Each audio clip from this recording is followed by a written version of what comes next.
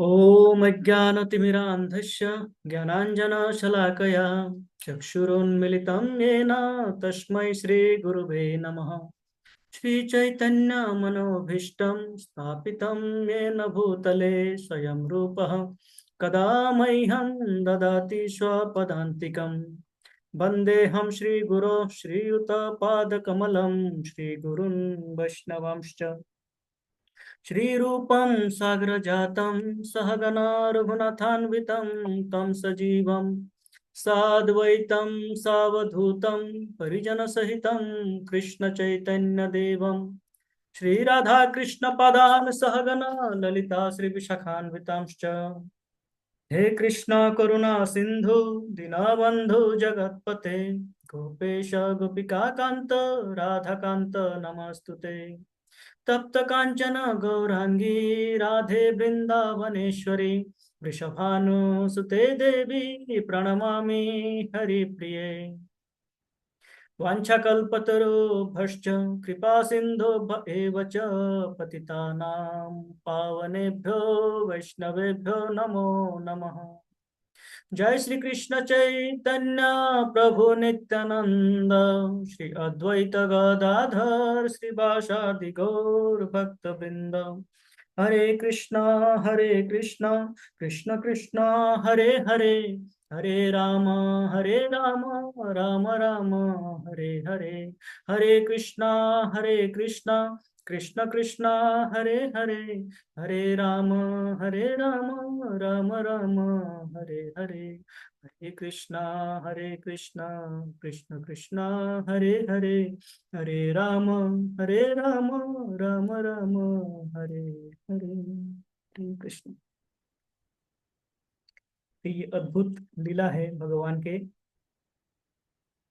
जो माखन चोरी की लीला है। भगवान ने माखन चुराए, और इस चोरी की माखन चुराने की जो लीला है, जो भगवान ने एकदम बाल्यकाल में, जब शिशु अवस्था थे, 2.5 3 वर्ष 4 वर्ष के थे, उस समय ये सब लीलाएं की भगवान ने।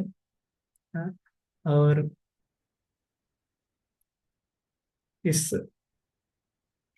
चोरी का गुण गाथा इस चोरी का गुण गाथा अभी भी गाया जाता है। भक्तगण गाते हैं और उससे आनंद लेते हैं। उससे इस भगवान की चोरी की लीलाओं से आनंद भी लिया जा सकता है, और उससे हम शिक्षाएं भी प्राप्त कर सकते हैं। शिक्षाएं भी है उसमें, भगवान सिखाते हैं वो क्या करते हैं, क्यों करते हैं। तो उसके ऊपर हम समझते हैं। ये जो गीत है चौराष्टकम, ये लिखा हुआ है बिल्लो मंगल ठाकुर, जो कि मुख्यतः दक्षिण भारत से थे। और उसका लीला हमने चर्चा किया था। वो वृंदावन में आ जाते हैं, एक समय सब छोड़ के वृंदावन में आ जाते हैं। अपने चक्षुओं को एक प्रकार से वो दे देते हैं भगवान को, कारण ये चक्षु उनको वृंदावन आने से रोक रहा था, विघ्न का कारण बन रहा था। ये चक्षु, ये इधर उधर जा रहा था। तो उसके लिए उन्होंने स्वयं अपने हाथों से चक्षु को अंधा अंधा कर दिए थे। और वो वृंदावन आए, वृंदावन में रहे। तो वृंदावन में रहे, भगवान के भजन किए। तो उन्हीं का ये रचित, उनकी तरह रचित है ये चौराष्टकम, चौराग्रगण्य अष्टकम, तो हम चौराष्टकम कहते हैं, और जिसको साधारणतः अधिक मास में गाया जाता है। तो ये तो इम्पोर्टेंट है कि ये जानना भी आवश्यक है कि जो भी हम भजन या प्रार्थना या हम गाते हैं भगवान के सामने, उसका अर्थ को समझना भी अत्यंत आवश्यक है। कारण यदि हम जैसे क्या होता था, हम पहले कर्मकांडी पूजा करते थे, पंडित जी आते थे, पंडित जी कुछ मंत्र पढ़ते थे, हम पीछे से सुनते थे या सुनते नहीं थे या बोलते थे, पर उसका अर्थ हमें ना समझाया जाता था। मुझे व्यक्तिगत रूप से मेरे मेरे को भी समझ में नहीं आता था कि बोल क्या रहे हैं। और हम पीछे पीछे बोलते थे, उसका मीनिंग भी हमें पता नहीं होता था। बोलते बोले जा रहे हैं बस, स्वाहा ओम हा नमः स्वाहा बोले जा रहे हैं, जो भी बोल रहे हैं, क्या शब्द है कि शब्द समझ में नहीं आ रहा है। तो वो प्रार्थना भी प्रार्थना ही है, पर वो प्रार्थना किस प्रकार है। मानो कि तो उदाहरण देते हैं श्रीमान अमरेंद्र प्रभु कि जैसे एक पत्थर कहीं सूखी आ, फर्श पे फेंक दिया जाए, हाँ, तो क्या होगा? उसका कोई इम्पैक्ट नहीं होगा, उसका कोई प्रभाव नहीं होगा उस जमीन पे, हाँ? हम अपने फ्लोर पे एक पत्थर फेंक देते हैं यहाँ पे, तो उस पे कुछ इम्पैक्ट नहीं होगा उस पत्थर का। पर यही पत्थर यदि हम अ, मान लीजिए किसी जलाशय में, हाँ, नदी में फेंके जहाँ पे जल हो, तो क्या होगा? उसमें क्या होगा? रिपल, तरंग, लहरें। रंग। तरंग का सृष्टि होगी। वो तरंग का हम्म। सृष्टि करेगा, सृष्टि कर पाएगा। तो जब हम समझते हैं उस प्रार्थनाओं को समझने से हमारे उस प्रार्थनाओं का भाव से हमारे हृदय कोमल हो जाते हैं। हमारे हृदय साधारणतः क्या है? कठोर है, सूखे फर्श के जैसे ही है, सूखे मिट्टी के जैसा है, हाँ? उसमें कुछ भी फेंको कोई फर्क नहीं पड़ता है। पर जब वो कोमल होगा, किस प्रकार, जब हम इस हृदय प्रार्थना को समझेंगे, समझ के जब प्रार्थना करेंगे, तब हमारे हृदय कोमल होगा, हम जानेंगे कि मांग क्या रहे भगवान से, भगवान को हम बोल क्या रहे हैं। और उस प्रकार जब हम प्रार्थना करेंगे तो हमारे हृदय में इसका इम्पैक्ट होगा जाके। तो ये भी माखन चोरी लीला में ये भी एक कारण है कि भगवान क्या चाहते हैं। तो हम इसको चर्चा करते हैं, जो हमने अभी गाया चौराष्टकम। चौराष्टक का प्रथम जो पंक्ति है वो कहते हैं, प्रथम श्लोक। अष्टकम होता है आठ, आठ अर्थात 8 श्लोक होते हैं उसमें। जैसे शिक्षाष्टकम, उसमें 8 शिक्षाएं दी है भगवान ने। उसी प्रकार कई सारे अष्टकम हैं, इसमें एक अष्टकम ये है चौराष्टकम, जिसमें 8 श्लोक है। 8 श्लोकों के द्वारा भगवान के इस चोरी के लीलाओं को वर्णन किया है। हाँ, श्रीपाद बिल्लमंगल ठाकुर। तो प्रथम श्लोक कहते हैं, ब्रजे प्रसिद्धं नवनीतचोरं गोपाङ्गनानां च दुकुलचोरम् अनेकजन्मार्जितपापचोरं चोराग्रगण्यं पुरुषं नमामि। इसका अर्थ सीधा हम समझने का प्रयास करें तो, ब्रजे प्रसिद्धम, ब्रज अर्थात ब्रजभूमि वृंदावन,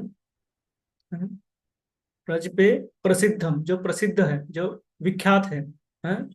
कौन? नवनीत चौरम। नवनीत का अर्थ होता है मक्खन, बटर, हाँ। हाँ? नवनीत चौरम, तो मक्खन चोरी करके जो विख्यात हैं? जो ब्रज में प्रसिद्ध हैं? वो गोपांगना नाम, गोपांगना, गोपांगना अर्थात गोपियों के जो बाल गोपियां, हम्म, गोपी स्त्रियां, हम्म, च दुकुल चोरम। दुकुल का अर्थ होता है वस्त्र। गोपांगना नाम च दुकुल चोरम, जो गोपियों के वस्त्र को भी चोरी की। गोपांगना नाम च दुकुल, मक्खन चोरी। एक तो नवनीत चौरम के नाम से वो प्रसिद्ध है, मक्खन चोर के नाम से प्रसिद्ध है वो ब्रज में। और उसने क्या किया? नव गोपांगना नाम, गोपियों के दुकुल चौरम, वस्त्र भी चोरी की। हम्म और क्या चुराते हैं? अनेक जन्मार्जित पाप चोरम, अनेक जन्मों से, हमारे जन्म जन्मों से संचित पापों को जो चोरी कर लेते हैं। प्रथम तो वो प्रसिद्ध है क्यों? माखन चोरी करते हैं। द्वितीयतः वो क्या किया उन्होंने? उन्होंने वस्त्र भी चुराए गोपियों के। हम्म, ये तो लीलाएं हैं। हमारे लिए क्या है? अनेक जन्मार्जित पाप चोरम, अनेक जन्म जन्मांतर, हमारे अनगिनत असंख्य जन्मों के, पूर्व जन्मों के से संचित पाप है, जो कि पहाड़ प्रमाण है, उनको चुटकियों में चुरा लेते हैं, चुटकियों में शून्य कर देते हैं। पाप राशियों को। हम्म। उन चौराग्रगण्यम, चौर अग्रगण्य, चौराग्रगण्य अर्थात चौर अग्रगण्य, चौर अर्थात चोर, अग्र अर्थात जो आगे, हाँ, जो सर्वप्रथम, हम्म, जो नंबर वन, चौराग्र। चोरों में सबसे ज्यादा स्मार्ट प्रभु जी। हाँ, चोरों में सबसे कैसे ज्यादा ज्यादा स्मार्ट, स्मार्ट। द बेस्ट चोर। तो अग्र शब्द संस्कृत में व्यवहार होता है जिसे हम जानते हैं, जो बड़े भाई है उसको कहते हैं अग्रज। जैसे राम को कहते हैं लक्ष्मण अग्रज, लक्ष्मण के अग्रज, लक्ष्मण से पहले जो है इस प्रकार। तो चोरों में जो सबसे पहले है वो चौराग्रगण्य, जैसे बताया स्मार्ट, सबसे स्मार्ट चोरों में, तो वो है कृष्ण। उनको नमामि, उन चौराग्रगण्य पुरुषम नमामि, उन चोरों को मैं नमन करता हूँ। तो ये है प्रथम श्लोक का साधारण अर्थ, शब्दार्थ जिसे कहते हैं, शब्दों के साथ साथ इसका अर्थ ये है। अब इसमें कितनी सारी और बातें हैं, कितनी सारी बातें कहना चाहते हैं इस माखन चोरी से, क्योंकि हमें ये सोचना पड़ेगा, इसे प्रश्न भी आते हैं कि ये कृष्ण माखन चुराते थे, चोरी करके खाते थे, इसका पूजा करते हो आप, ये भाव आ सकता है? ये तो माखन चुराते थे बचपन में, लोगों के घर में जाके माखन चुराई करके खाते थे, इनका पूजा करना है आपको? है? तो ये भाव जब आएगा मन में तो हमें पता होना चाहिए कि माखन चोरी का लीला क्या है, क्यों करते थे भगवान के पास। नंद महाराज के पुत्र, माँ यशोदा के पुत्र कृष्ण, जो कि ब्रज के राजा थे, ब्रजेश, ब्रज के राजा थे नंद महाराज। उनके पास 10 लाख गोमाताएं थी, 10 लाख गाय उनका पालन करते थे। 10 लाख गायों का दूध से इतना मक्खन बनेगा जितना एक पहाड़ बन जाएगा। है? तो साल भर उसका सेवन करता रहेगा भी तो उसका समाप्त नहीं कर पाएगा, इतने मक्खन, इतने घी, इतने दूध, इतने दही या इतने मिठाइयाँ बन सकता है उससे। तो ऐसे कृष्ण को क्या आवश्यकता है दूसरों के घर में जाके चोरी करके माखन खाने का? हाँ? देखिए ये समझने की आवश्यकता है। क्या कृष्णा किसी के घर जाते, किसी गोपी के घर जाते, जाके कहते कृष्ण बाल गोपाल हैं, कहते भैया मुझे थोड़ा मक्खन दे दो, मुझे खाना है, मुझे खाने का मन कर रहा है? कोई गोपी ऐसे होंगे जो नहीं देंगे कृष्ण को? चलो कोई भी जाते हैं जिनके घर में, कारण ब्रज में क्या था, गोरक्षा, गोरक्षा ही उनका प्रथम कार्य थे, प्रधान कार्य थे। सभी के पास गायें होते थे अनगिनत। हम्म। जैसे मुझे याद है बचपन में हमारे मामा के घर हम जाते थे गांव में, तो वहां पे गांव में सबके घरों में ये होता था, गन्ने, गन्ने का रस से वो जो गुड़ निकालते हैं, गन्ने का खेती सभी करते थे। और उस समय जिस सीजन में गन्ना काटा जाता है, उस सीजन में सबके घरों में गन्ने का रस निकल रहा है, और वो उसका रस का जो गुड़ बना रहा है, ये प्रोसेस चलता है। तो उस समय किसी के घर कोई बच्चा, जैसे हम जाते थे, हैं, जाके किसी को एक गिलास ये इसका गन्ने का जूस दे दो, तो बोलना भी नहीं पड़ता, सामने खड़ा होता तो एक गिलास दे देते थे वैसे ही। हैं? तो भगवान जो, जिसका रूप इतना सुंदर है, जो कि सबका सब गोपी माताएं जो उनको चाहते थे, उनको स्पर्श करना चाहते थे, उनको एक बार अपना अपने पास पाना चाहते थे, वो माताएं कृष्णा यदि उनके घर में जाते बैठते तो भी उनको मक्खन से नहला देते, इतना मक्खन दे देते। तो उनको चोरी करने का आवश्यकता क्या हुई? हम्म? तो इस लीला को इसलिए तत्वों के साथ हमें जानना आवश्यक है कि क्यों भगवान ने ये माखन चोरी की लीला की। हाँ? तो भगवान कहते हैं कि जो गोपी माताएं हैं, गोपी माताएं मक्खन निकालते थे,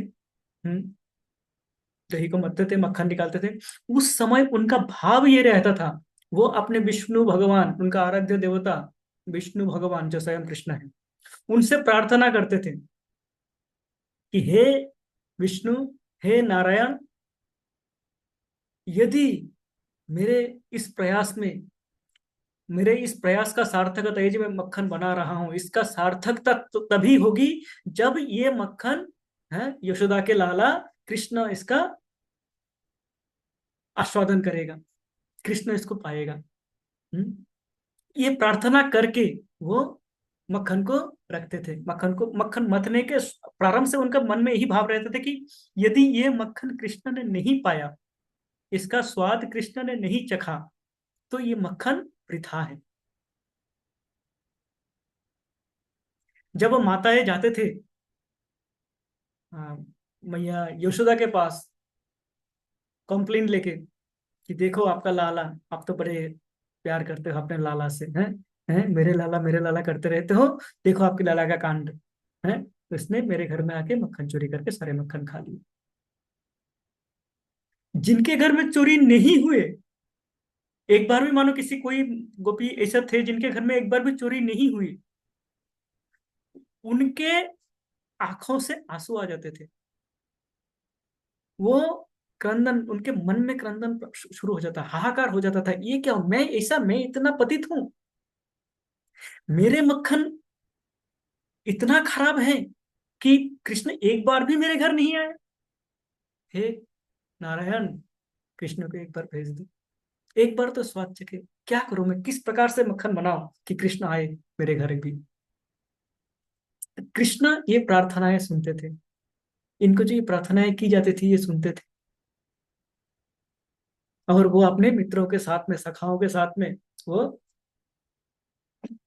प्लान बनाते थे कि चलो कल इनके घर में मक्खन चोरी होगी।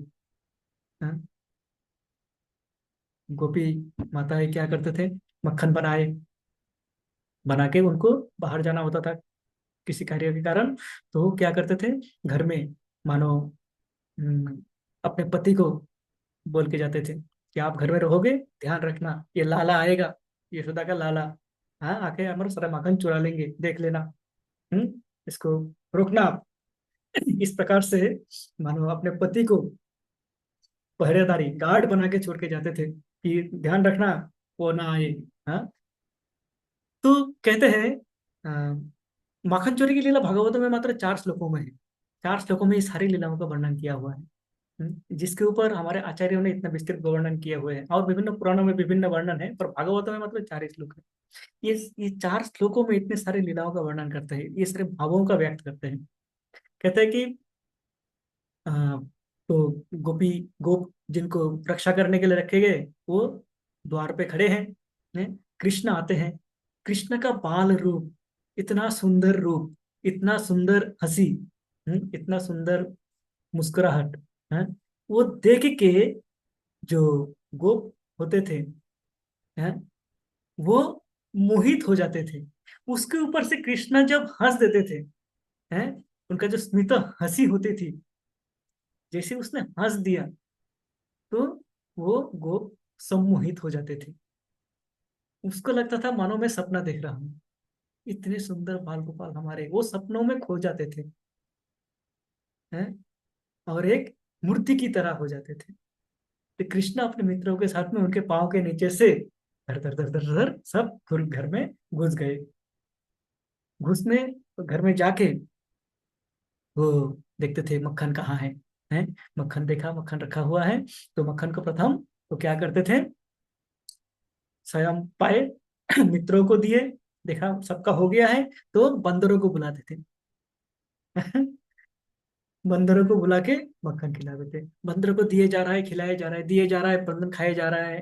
तो बंदरों का भी एक समय आता था कि उनका भी, उनसे भी और नहीं पाया जा रहा है। उनको भी लग रहा है कि हमसे और नहीं हो पाएगा।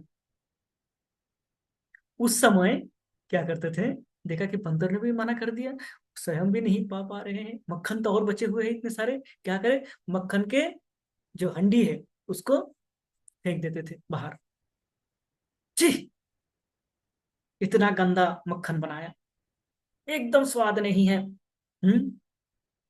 इनको मक्खन बनाना ही नहीं आता है, ये कैसा मक्खन है, बंदर भी नहीं खा रहे हैं, देखो हम क्या खाएंगे।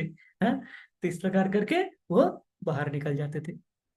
बाद में गोपी आते हैं, आके देखते हैं अपने पति द्वार पे एकदम स्टैचू होके, मूर्ति की तरह खड़े हैं।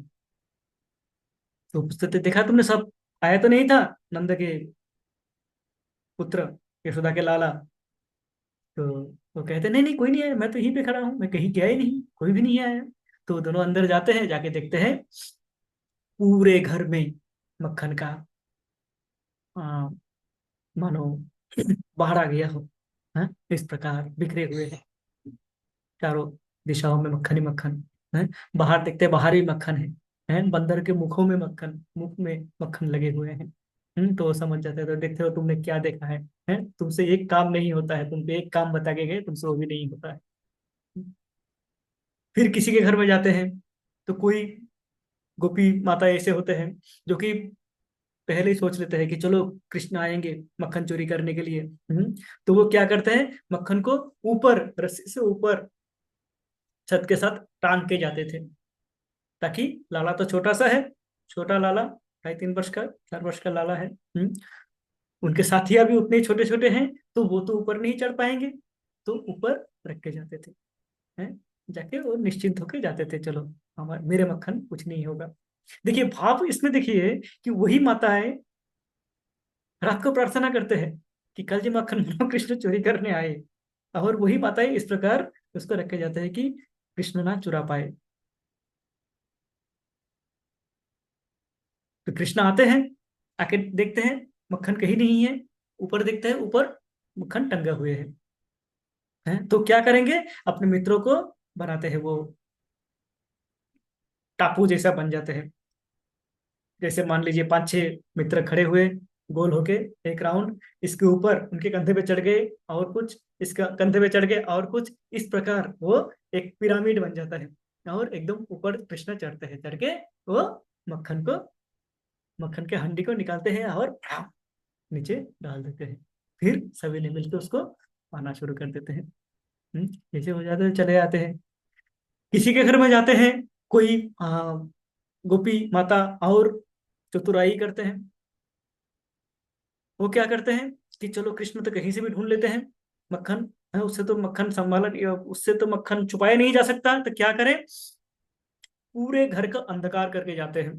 पूरे घर के सारे जो दिए है, प्रदीप है, वो बंद करके, और जो उनका द्वार खिड़की है वो सब पूरी तरह से बंद करके जाते थे, ताकि घर में एकदम पिच डार्क अंधेरा हो, कुछ ना दिखे। उस प्रकार करके वो अपने कार्य में चले गए। कृष्ण आए अपने मित्रों के साथ में। अब कहते हैं, कृष्ण के शरीर में, कृष्ण के अंग कांति इतना उज्जवल है कि कृष्ण के शरीर में जो अलंकार होते थे, जिस अलंकार से वो अलंकृत होते थे, उससे इतने तेज आभाएं निकलते थे कि जैसे ही वो घर में गए, पूरा घर एकदम उजाला हो गया, पूरा घर आलोकित हो गया, अंधकार दूर हो गया। जहाँ कृष्ण होते हैं वहां पे अंधकार नहीं होते हैं।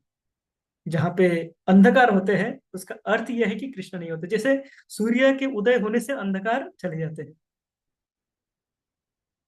तो इससे ये एक बात ये भी बताते हैं कि जैसे चैतन्य चरितमृत में बताते हैं, कृष्ण सूर्य सम आर माया अंधकार, जहाँ कृष्ण तहाँ नहीं माया अधिकार।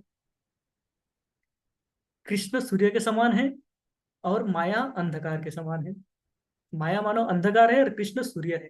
तो जहां पे सूर्य कृष्ण आ जाते हैं वहां पे अंधकार रूपी माया छट जाते हैं, होते नहीं। नहीं? तो ये है कृष्ण। गणेश जी की स्तुति में आता है, सूर्य कोटि समप्रभा। हम्म निर्विघ्न कुरु मे देव, इस प्रकार का एक मंत्र आता है गणेश जी की स्तुति में। तो गणेश जी यदि सूर्य कोटि समप्रभा है, तो कृष्ण का प्रभा कितना होंगे। हम्म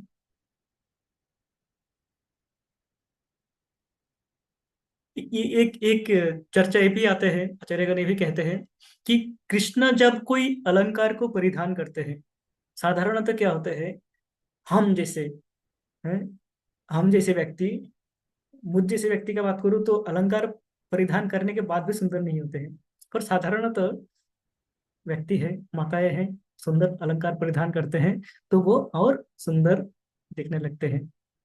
कोई प्रभु जी से अच्छा वस्त्र परिधान करते हैं तो वो अच्छे और उनका सुंदरता बढ़ता है, वृद्धि होती है। वस्त्रों के द्वारा अथवा अलंकार के द्वारा हमारे इस भौतिक जगत में हमारे जीव का सुंदरता में वृद्धि होती है, होने का संभावना है।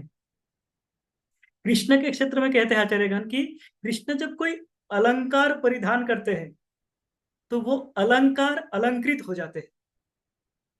अलंकार का सौंदर्य बढ़ जाता है जब कृष्ण उसको परिधान करते हैं। तो हम परिधान करते तो हमारा सौंदर्य अलंकार बढ़ाते हैं, पर अलंकार जब कृष्ण के गले में जाते हैं, कृष्ण के शरीर में जाते हैं, तो उस अलंकार का सौंदर्य बढ़ जाता है कि वो है कृष्ण। तो इस प्रकार कृष्ण जब जाते हैं समस्त दृश्यमान सब दिखने लग जाते हैं। तो वो आपने देख लेते हैं, अच्छा माखन यहाँ पे रखे हुए हैं, तो वो माखन को पाते हैं। उसी प्रकार माखन का चोरी का लीला हो जाते हैं। किसी के घर में जाते हैं, जाके देखते हैं कोई नहीं है, दरवाजे पे कोई गार्ड नहीं है पति के रूप में। घर में जाते हैं, ऊपर देखते हैं, नीचे देखते हैं, कहीं मक्खन नहीं है, कहीं मक्खन नहीं, इस प्रकार छुपाए हैं। अच्छा मक्खन नहीं मिल रहा है तो क्या करें, वो जाते देखते हैं घर के अंदर उनका जो बालक है, शिशु है, वो सो रहे हैं। वो जाके शिशु को चोटी काट देते हैं, बच्चे को। हाँ? तो बालक रोने लग जाते हैं, चिल्ला उठते हैं। तो वो कहते हैं तुम्हारे माता पिता का जो पाप का फल है ये तुम्हें भुगतना पड़ेगा। हैं? तुम्हारे माता पिता का कार्य का फल तुम्हें भुगतना पड़ेगा। अगली बार उनको बता देना कि मक्खन रख के जाए घर में, कृष्ण आएगा तो उनको मक्खन चाहिए। इस प्रकार का लीलाएं होते हैं। फिर कहते हैं कि कुछ घर में गए, ना बाहर गार्ड मिला, ना भीतर जाके कहीं पे मक्खन मिला, ना कोई बच्चा मिला जिसका चूटी काटा जाए। अब क्या करें? हैं? इस प्रकार अब कोई गोपियां हैं जिनके बच्चे नहीं हैं घर में, तो पति पत्नी दोनों बाहर निकल के कार्यों पे, घर पड़ा हुआ है और घर में मक्खन भी नहीं है और कुछ करने के लिए भी नहीं है।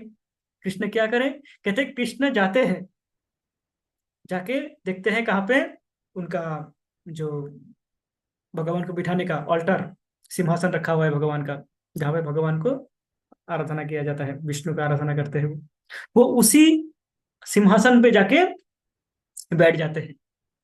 कहते हैं कृष्ण स्वयं जो कि विष्णु है वो अपने ही सिंहासन में जाके बैठ जाते हैं और क्या करते हो, हमें जाके सुसु कर देते हैं। भगवान के ऑल्टर पे बैठ के कृष्ण। मैं यहाँ पे ले आऊंगा को। हाँ, तो ये है कृष्ण। ये तो सोची यार में थे। कहते हैं कहते हैं कि हमने जीवन में कितने बार सुसु किए होंगे, सिर भी अपनी आई। कोई उसको ध्यान नहीं रखता है कि हमने जीवन में कितने बार सुसु किए हैं। भगवान ने एक बार सुसु किए, माखन चोरी करते गए करके जाके, और उनकी वो लीलाएं 5,000 वर्ष हो गए, आज भी चर्चा होती है, मंदिरों में चर्चा होती है, भक्तों के बीच में चर्चा होती है। ये है प्रसिद्ध। हाँ? इसे कहते हैं विख्यात होना, वो है विख्यात। इस प्रकार विख्यात है भगवान। ब्रजे प्रसिद्धम, तो हमने बताया प्रसिद्ध, ब्रज छूट गया, ब्रज ब्रज। ब्रज का अर्थ क्या है? ये भगवान के चोरी की लीला है, हमने देखा भगवान के चोरी क्यों किया और किस प्रकार वो, उनका प्रसिद्धि किस प्रकार है, भगवान क्यों है वो, कारण वो चोरी करते हैं तो भी प्रसिद्ध हो जाते हैं। अब कहाँ पे प्रसिद्ध है? ब्रज पे। ब्रज क्यों है उसका नाम? ब्रज उसका नाम इसलिए कहते हैं, उसको ब्रज क्यों कहते हैं? ब्रज शब्द का अर्थ संस्कृत में होता है चलना। ब्रज अर्थात चलना, चलते रहना। तो वृंदावन में या ब्रज मंडल में हम जब देखेंगे, वहां पे सब जगह परिक्रमा है, चल के परिक्रमा। अभी तो हम ई रिक्शा, बैटरी रिक्शा करके परिक्रमा कर लेते हैं, ब्रजमंडल दर्शन कर लेते हैं। पर उस समय की बात है जब ब्रजधाम हुआ, तब इस प्रकार के कोई साधन नहीं थे। वहां पे जो मुनि ऋषिगण रहते थे, हैं, वो सदा सर्वदा चलते थे। वृंदावन परिक्रमा, ब्रजमंडल परिक्रमा, गोवर्धन परिक्रमा, जितने परिक्रमा है, परिक्रमा का अर्थ ही है कि हम उसको चल के परिक्रमा करें। सब चलते थे वहां पे, कोई गाड़ी, कोई रिक्शा, कोई अ, पालकी, इससे नहीं, सब चल के करते थे। इसका कारण, इसी कारण इसका नाम है ब्रज, एक कारण। हम्म। दूसरा कारण एक भी है, ये एक कारण है जो कि हम शब्दों के अर्थों के द्वारा समझ सकते हैं कि ब्रज का नाम ब्रज क्यों है। कारण वहां पे आप देखेंगे, ब्रज में जाना का अर्थ ही है कि परिक्रमा करना। वृंदावन परिक्रमा करो, गोवर्धन परिक्रमा जाती है, वृंदावन परिक्रमा, गोवर्धन परिक्रमा हम करते हैं। जो भी भक्तगण रहते हैं वहां पे रहते हैं, माता जी एक रहते हैं हमारे जो ज्वाइन करते हैं, वो प्रतिदिन परिक्रमा करते हैं, कह रहे थे। ब्रज का अर्थ ही है कि वहां पे परिक्रमा करना चल के है। और ब्रजमंडल परिक्रमा, वो भी चल के, पूरा एक महीने का परिक्रमा है। तो ये परिक्रमा का एक कारण है। द्वितीय कारण, जो चलने का द्वितीय कारण कहते हैं, ब्रज का एक अर्थ और एक अर्थ है जिसके जो क्या है कि भगवान के, कृष्ण के इच्छा अनुसार चलते थे सब। कृष्ण जिस प्रकार चाहते थे उस प्रकार से चलते थे वो। जैसे मान लीजिए, जैसे ये फॉरेस्ट फायर, लक्ष्मी प्रिया माता जी बता रहे थे, लक्ष्मी प्रिया माता जी ब्रज में रहते हैं, प्रतिदिन परिक्रमा करते हैं, लिखा है। तो ये जो ये फॉरेस्ट फायर, वन में आग लगने का जो लीला है, वो क्या कर देते हैं कृष्ण, जब जंगल में रहते हैं वो, तो सब अपने मित्रों के साथ में रहते हैं, गाँव गाय चराए रहते थे, अचानक जंगल में आग लग जाते हैं। आग लग जाता है तो उस आग को क्या करते हैं, जब आग लग जाता है सारे उनके मित्र भयभीत हो जाते हैं, तो वो अपने मित्रों को क्या कहते हैं, अपनी आंखें बंद कर लो। क्लोज योर आइज, अपनी आंखें बंद कर लो कहते हैं। और उनके मित्र जैसे ही कहा, मित्र आंखें बंद कर दिए। हमारे सामने इस प्रकार के विपद आए हैं, सामने आग, जंगल में आग कितना तेज फैलता है, यदि किसी ने देखा हो तो। मैं नैनीताल में था तो एक बार देखा था, आग लगता है तो फिर क्या होता है, किस प्रकार। तो जब आग लगता है, उस आग को कंट्रोल कर पाना अत्यंत कठिन है। तो जो जंगल में रहते हो जानते हैं। तो उस समय यदि हम जैसे को बताए कि आंखें बंद कर लो, हम पूछेंगे क्यों, आंखें बंद करने से क्या होगा, है यहाँ पे आग आ रही है भड़ के, और आप कह रहे हो आंखें बंद कर लो, है। हम अपना 50 प्रश्न कर देंगे। पर उस लीला में हम देखेंगे, जब अपने सखाओं को कहते हैं आंखें बंद कर लो, वो बंद कर लेते हैं तुरंत, बिना कोई शंका, बिना कोई प्रश्न के। कृष्ण के इच्छा अनुसार चलना, कृष्ण जिस प्रकार चाहते हैं उस प्रकार चलना। ब्रजवासी जो है, ब्रज के जो वासी, वो कृष्ण के इच्छा अनुसार चलते हैं।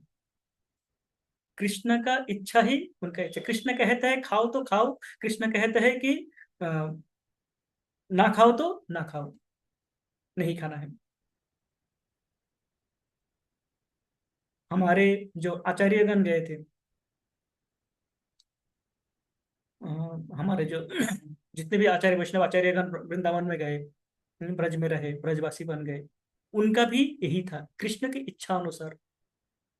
मेरे शरीर में शक्ति है नहीं है, मैं कर पाऊंगा नहीं कर पाऊंगा, वो नहीं, वो देखना ही नहीं।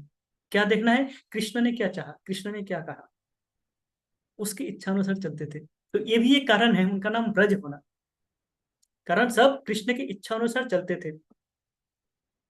और माम एकम शरणम ब्रज, कृष्ण की इच्छा अनुसार जो चलते थे, कृष्ण के एकमात्र कृष्ण के शरण में जो चलते थे, जाते थे, वो है ब्रज।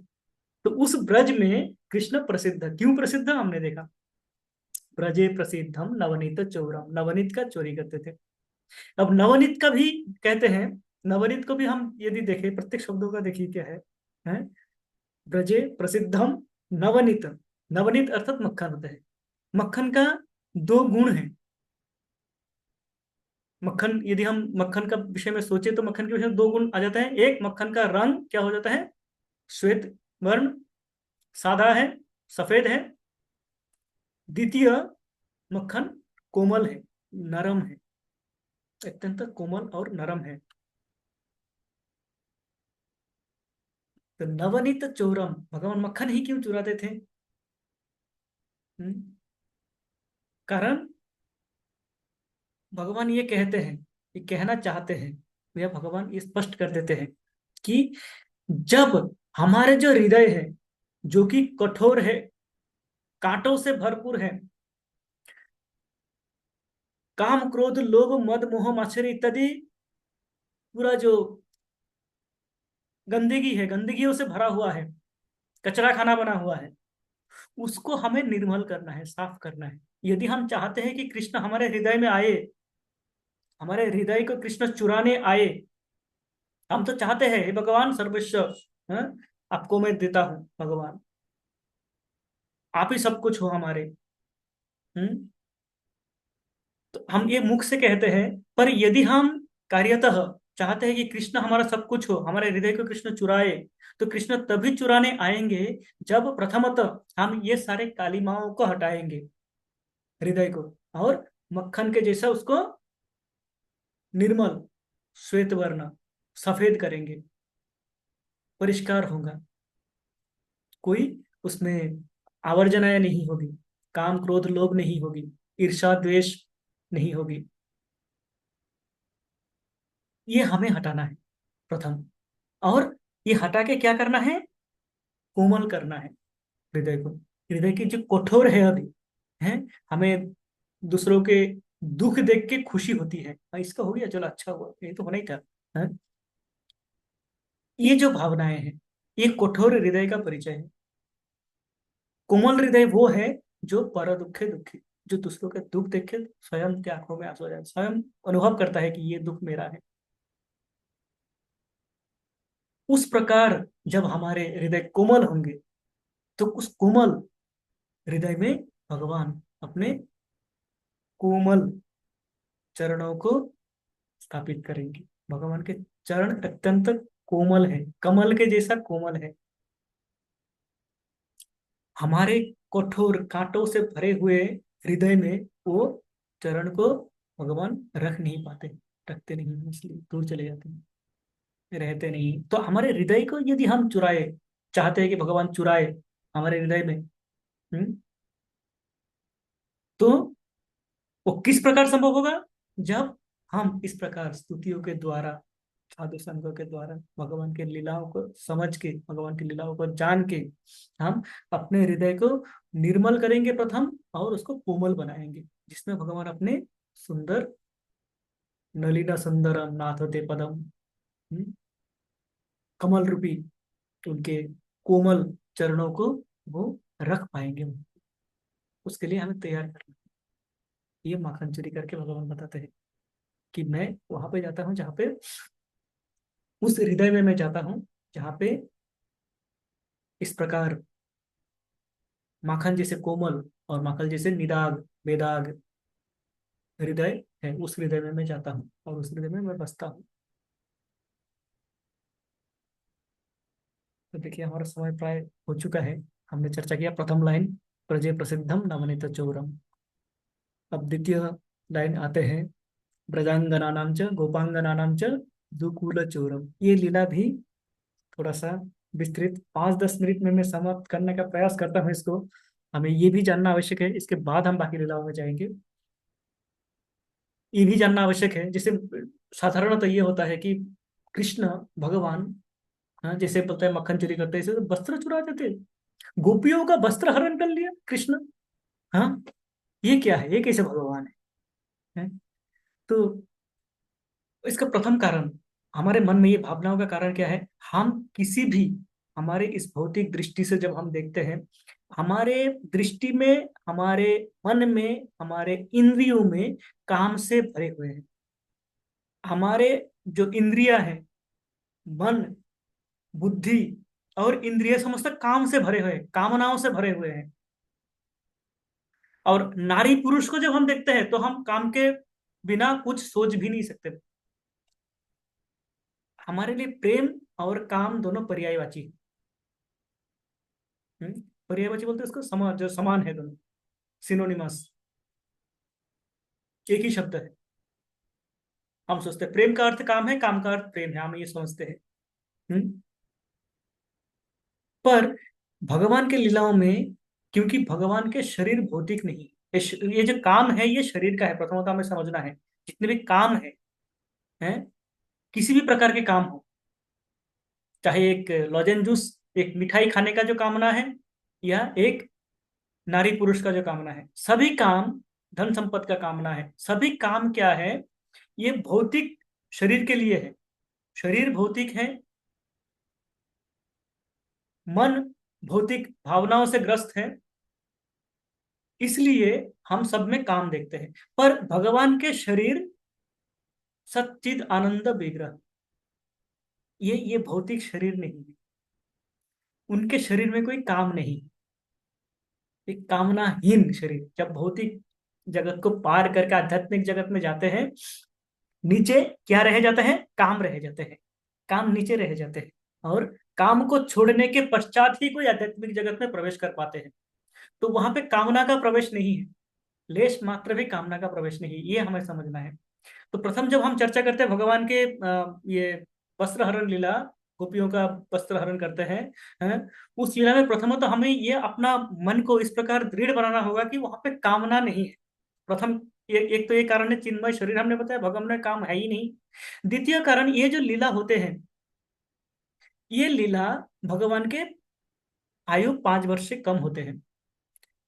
गोपियों का आयु 5 वर्ष से कम होता है। जिन गोपियों ने क्या करते हैं, कात्यायनी व्रत करते हैं, वो लीला कब होता है, गोपियां कात्यायनी व्रत करते हैं 1 महीना, पूरा 1 महीना कात्यायनी व्रत क्यों करते हैं, क्योंकि उनको सुंदर पति चाहिए, कृष्ण के रूप में। कृष्ण ही उनको पति चाहिए, सुंदर पति नहीं चाहिए, कृष्ण के ही पति चाहिए। हमें कृष्ण पति बना के दे दो, ये उनका कामना रहते हैं, ये चाहते हैं। और इस कारण वो कात्यायनी व्रत करते हैं। कात्यायनी कौन है, कात्यायनी माता पार्वती है, भगवान शिव के पत्नी पार्वती, जो कि कात्यायनी रूपा है। उन कात्यायनी का व्रत करते हैं ताकि उनको उस प्रकार पति मिले, शिव जी जैसे पति मिले, जो कि स्वयं कृष्ण। तो उनका प्रार्थना रहता था कि हे माँ, हम अपने, हमारी यही प्रार्थना है कि हमें कात्यायनी महामाये महायोगिन निधीश्वरे। तो वो क्या करते थे कि कात्यायनी महामाया है, महा माँ का कात्यायनी, हमें हमें क्या दो, ईश्वर कृष्ण हमें हमारे पति के रूप में दो। इस कारण वो कात्यायनी व्रत किया 1 महीना। और किस समय किया, जब वो 5 साल के कम आयु के थे। कारण उस लीला में भगवान सुखदेव गोस्वामी वर्णन करता है कि ये सारे कुमारियां थे, सारे कुमारी थे। तो हमें समझना होगा कि कुमारी अर्थात उनका विवाह नहीं हुआ है, और उस समय बाल्यकाल में विवाह हो जाते थे, 6-7 वर्ष में विवाह हो जाते थे। तो सब 5 वर्ष से कम आयु के थे, सभी जितने गोपियों ने वो व्रत रखे और भगवान से प्रार्थना किए, शिव जी से प्रार्थना किए। एक व्रत क्या था उनका, कात्यायनी व्रत जो रखा, व्रत का क्या था कि वो पूरा 1 महीना वो चावल प्रसाद खिचड़ी पाते थे, बिना नमक के। खिचड़ी पे नमक डाले बिना खिचड़ी पाते थे। पूरा 1 महीना ये व्रत किया उन्होंने। एक बार खिचड़ी पाया, वो उसमें नमक नहीं डालते थे। और प्रतिदिन प्रातःकाल ब्रह्म मुहूर्त में वो स्नान करते थे यमुना जी के ठंडे पानी में, ठंडा एकदम चिल्ड जल में, फ्रिज के जल जैसे, उस जल में वो स्नान करते थे। ये उनका तपस्या थी। तपस्या का कारण था कि कृष्ण प्राप्ति, हमें कृष्ण चाहिए। तो हमारा तपस्या भी इस प्रकार होना चाहिए। हम जो करते हैं, महीने में 2 बार एकादशी आते हैं, उसमें भी हम लिस्ट बनाते रहते हैं क्या क्या नहीं खाया जाएगा तो क्या क्या खाया जाएगा। ये खा सकते हैं, हाँ ये खा सकते हैं, ये खा सकते हैं, तो हमारा हमारा जो फास्टिंग है वो लिस्ट बन जाते हैं क्या क्या खा सकते हैं, लिस्ट बना। तो उन्होंने अपना लिस्ट बनाया था कि हम तो एकमात्र बिना नमक के चावल पका के पाएंगे, खिचड़ी पका के पाएंगे उसको, और प्रतिदिन ब्रह्म मुहूर्त यमुना जी में स्नान। तो ये तपस्या होता है कृष्ण प्राप्ति के लिए। कृष्ण प्राप्ति, और कब से? 3 साढ़े 3 वर्ष के आयु के थे सब, सभी जो गोपियां उस समय कर रहे थे व्रत, 3 साढ़े 3, 5 से अधिक कहीं नहीं थे, कोई भी 5 से अधिक नहीं थे। तो ये भी हमारे मन में बसाना होगा, क्योंकि हम देखते हैं रासलीलाओं का जो भी चित्र बनते हैं, अथवा रासलीलाओं का जो ये प्रतिमाएं बनते हैं, विग्रह बनते हैं, लीलाएं दिखाते हैं, उनको दिखाने के लिए क्या दिखाया जाता है हमें, कि वो मानो 20-25 वर्ष के गोपियां हैं, वह शास्त्रों के हिसाब से सत्य नहीं है, तत्वों के हिसाब से वो सत्य नहीं है। जी गोपी सुंदर गोपी माता जी। हरे कृष्ण प्रभु जी, एक क्वेश्चन है कि हम्म। जैसे 3 साढ़े 3 साल के बच्चे को इतनी सेंस होती है कि विवाह क्या होता है, मतलब उस या वो, क्योंकि अ, वो साधारण नीति उनको इतनी होगी, मतलब यही हो सकता है वो चिन्ह में, मतलब वो दिव्य हैं गोपियां, उनको सब भगवान की कृपा से, मतलब क्योंकि 3 साल 2.5 3 साल में तो इतना सेंस नहीं होती होगी ना, मतलब वो दिव्य हैं शायद, है। बिल्कुल माता जी, कारण एकदम सही। ये जो ये भौतिक शरीर होगी, तो 3 वर्ष के 3.5 वर्ष के में हमें कुछ समझ में नहीं आता है। पर ये आप देखिए गोपियां आए क्यों? ये गोपियां नित्य संगी है, ये नहीं है कि वो यहाँ पे जन्म लिए और यहाँ पे चले गए। भगवान के नित्य संगी है ये गोपियां। नित्य लीला के संगी है। गोलक वृंदावन में गोपियों के साथ लीला भगवान के निरंतर चलता रहते हैं। तो ये गोपियां जब इस लीला में आए, तो वो उनका प्रयास यही था कि हम कृष्ण के लास रास लीला में प्रवेश करेंगे, हमें कृष्ण के साथ रास लीला जो होगी इस लीला में, उसमें हमें प्रवेश की प्राप्ति हो, उसका टिकट मिले हमें। तो ये इसी प्रयास के साथ में ही वो आए थे कृष्ण के इस लीला में। तो उनका उनका विचार, उनको विचार उस हिसाब से हमें समझना पड़ेगा। हम हमारे जो 3 वर्ष का आयु में हमारे क्या बुद्धि थी, उसके साथ में करेंगे तो नहीं होगा। कृष्ण लीला में जो हम चर्चा करते हैं, तो हमें राधा कृष्ण, कृष्ण के सखाए और गोपियां, उनके स्थान को हम हमारे साथ में कभी भी तुलना करने का, स्पर्धा ना करें, ये हमें सदा सर्वदा ध्यान रखना है। कृष्ण वन में आग लग जाते हैं, आग आग को पी सकते हैं। कृष्ण एक उंगली से गोवर्धन को धारण कर सकते हैं। कृष्ण कालिया का दमन कर सकते, कालिया के हुड के ऊपर, कालिया के माथे के ऊपर नृत्य कर सकते हैं, नाच सकते हैं।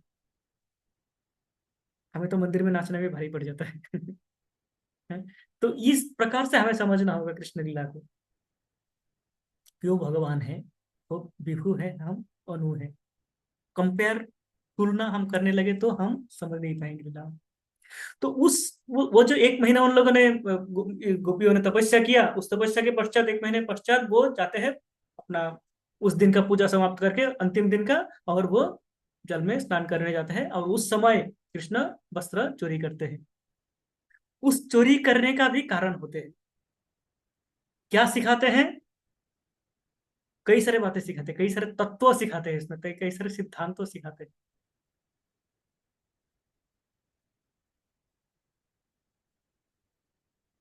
भगवान कहते हैं सर्वधर्मान परित्यज्य माम एकम शरणम व्रज। मेरे शरण में जब आओगे बाकी सारे धर्मों को छोड़ दो। तो ये जो लज्जारूपी धर्म है ये भी छोड़ दो।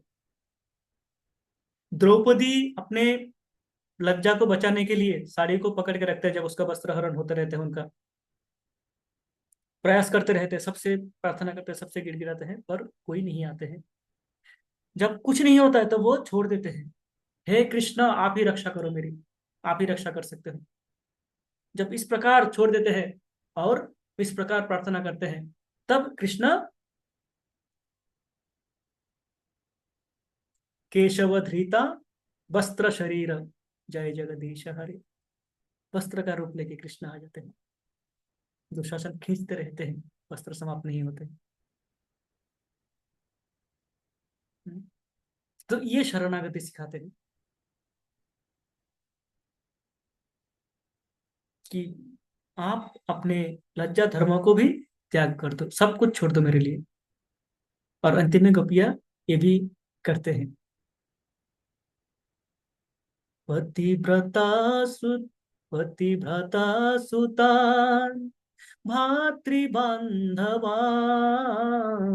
सबको, उनका पति, उनका भाई बंधु, अर्थात इनके अ, पति के ससुर के घर, और अपने क्या कहते हैं उसको, पिता माता के घर, और उनके सास ससुर के घर हैं। दो घर होते हैं विवाह के बाद। एक अपना घर था, विवाह हो गया तो ससुर घर हो गया, ससुर के घर, पति के घर। ये दोनों घरों को छोड़ के वो आ जाते हैं कृष्ण के पास। सब छोड़ के आ जाते हैं कृष्ण के पास, और उसमें कोई लज्जा धर्म नहीं रखते हैं। क्या कहेंगे लोग, क्या होगा, इसके बाद क्या होगा। आज के दिन कोई घर छोड़ के चले चले जाए, इस प्रकार निकल जाए रात को 12 बजे 1 बजे, तो आज भी चर्चा होती है इस आधुनिक युग में। जब हम आधुनिक कहते हैं, इतने सारे अनाचार होते हैं तब भी चर्चा होते हैं।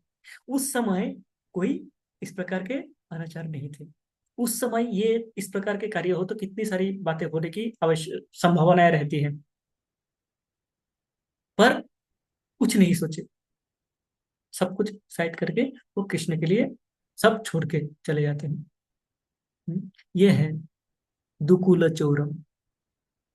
कृष्ण क्या करते हैं, इनका सब कुछ चुरा लेते हैं। इसके ऊपर चर्चा करने के लिए और बहुत सारे अ, तथ्य है, पर समय अत्यंत अधिक हो गया है। आज हम यहीं पे रखेंगे। भगवान ने फिर कभी अवसर दिया तो इस चर्चा को आगे बढ़ाएंगे। तो इस जो दुकुल चोरम, जो वस्त्र चोरी की लीला है, इसके बाद अनेकों जन्म मार्जित पाप चोरम, इसके आगे चलता रहेगा अनेकों चोरियों की लीला किस प्रकार होते हैं, तो हम इसको समझने का आगे प्रयास करेंगे। आज हम यहीं पे रखते हैं, कारण समय का ध्यान रखते हुए हमें आज यहीं पे रखना पड़ेगा। तो इसको मैं जो सुना, जो कुछ पढ़ा और कुछ समझा, उसके ऊपर मैं चर्चा करने का प्रयास किया। जो त्रुटियां रह गई, मेरे से त्रुटियां हो जाते हैं, मैं बाद में सुनता हूँ तो मुझे लगता है मैं कुछ बहुत सारी बातें भूल भूल जाता हूँ। तो उसके लिए मुझे क्षमा करें आप लोग, और मुझे आशीर्वाद दें कि मैं थैंक यू, बहुत सुंदर, आपने बहुत डिटेल में पूरा समझाया आपने। तो इसमें कितनी सारी बातें हैं सीधी, हमें तो पता नहीं थी, जो आपने अब डिटेल में लाई हो हमारे लिए ना, कहाँ कहाँ से ढूंढ के। तो थैंक यू प्रभुजीत, बहुत डिटेल में समझाने के लिए। हरे वांछा वांछा प्रभु जी कल्पतरुभ्यश्च कृपा प्रभु जी सिंधु। के लिए एक बारी हरे कृष्ण मंत्र बोलेंगे सब। हरे कृष्णा हरे हरे कृष्णा कृष्णा कृष्ण हरे कृष्ण कृष्णा हरे हरे, हरे हरे राम राम हरे राम राम राम राम हरे राम हरे। हरे थैंक हरे, यू हरे कृष्णा। हरे प्रभुपाद की जय, समस्त जय, गुरुवृंद की जय, और जय, प्रमानंद हरि हरि बोल। हरे हरि बोल, हरे बोल हरे बोल, हरे कृष्णा हरे कृष्णा।